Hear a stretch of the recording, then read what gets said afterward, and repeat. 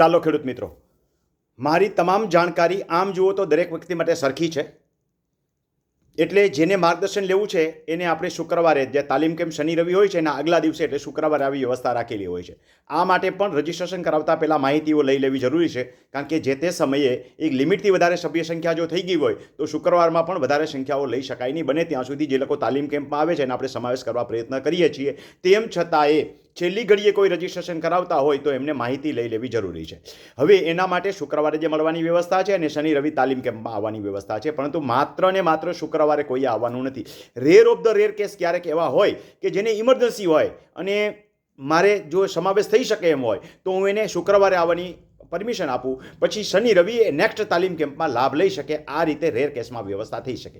પરંતુ ઘણા લોકો સગવડતાવાળા છે અને એવું ઈચ્છે છે કે મારે પર્સનલી, આમ તો દરેક તાલીમ કેમ્પમાં આપણે શુક્રવારે મળીએ છીએ, પર્સનલી જ મળીએ છીએ. મારી સાથે 2 આસિસ્ટન્ટ એડવોકેટ હોય છે અને 2 રેગ્યુલર એડવોકેટ, એમ તેમ 4 થી 5 વ્યક્તિઓ હોય છે. એમાંય પણ કોઈ એમ કે રમણીકભાઈ તમે એકને જ મળવું છે તો એકને પણ વ્યવસ્થા થાય, નહીંતર આ 2 શિખાઉ એડવોકેટ અને 2 એક્સપર્ટ એડવોકેટ, એમાં અમે 5 વ્યક્તિઓ હોય અને એક વ્યક્તિ જેને પ્રશ્ન પૂછવાનો હોય અથવા એની સાથે કોઈ વ્યક્તિ આવેલા હોય તો એ જ હોય. બાકી જાહેરમાં આપણે આ માર્ગદર્શન આપતા નથી. આવી રીતે એ પણ ગોપનીયતા એટલે ખાનગી રહી છે એવી રીતે આપણે શુક્રવારે મળીએ છીએ, જે તાલીમ કેમ્પના આગલા દિવસે શુક્રવારે મળવાની વ્યવસ્થા છે. એટલે કોઈને એવું ન લાગે કે જાહેરમાં મળીએ છીએ.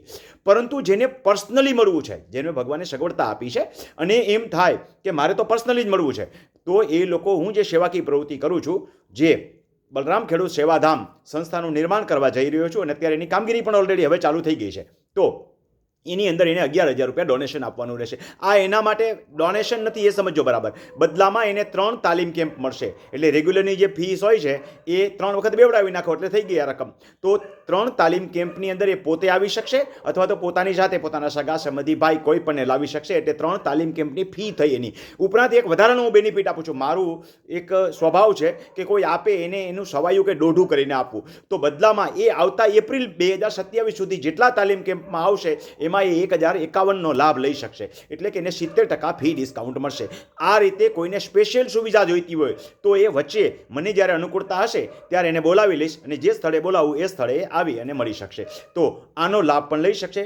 બદલામાં એક સેવાકીય પ્રવૃત્તિને પ્રોત્સાહન અને વેગ મળશે, તથા એ વ્યક્તિને 3 તાલીમ કેમ્પનો જે લાભ મળે છે, બદલામાં પોતે તાલીમ લઈ જાય અથવા પોતાના સગા સંબંધીને કોઈને લાભ આપી શકે, અથવા તો પોતે એક તાલીમ કેમ્પમાં આવે, બીજા તાલીમ કેમ્પમાં આવે ને ત્રીજા તાલીમ કેમ્પમાં આવે, તે 3 તાલીમ કેમ્પમાં આવી શકશે. ઉપરાંત એક વધારાનો બેનિફિટ એને મળશે, પોતે અથવા પોતાના સગા સંબંધીને કોઈ પણ એના પછીના જેટલા તાલીમ કેમ્પમાં આવવું હોય એપ્રિલ 2027 સુધીમાં 50% ફી બેનિફિટનો લાભ પણ લઈ શકશે.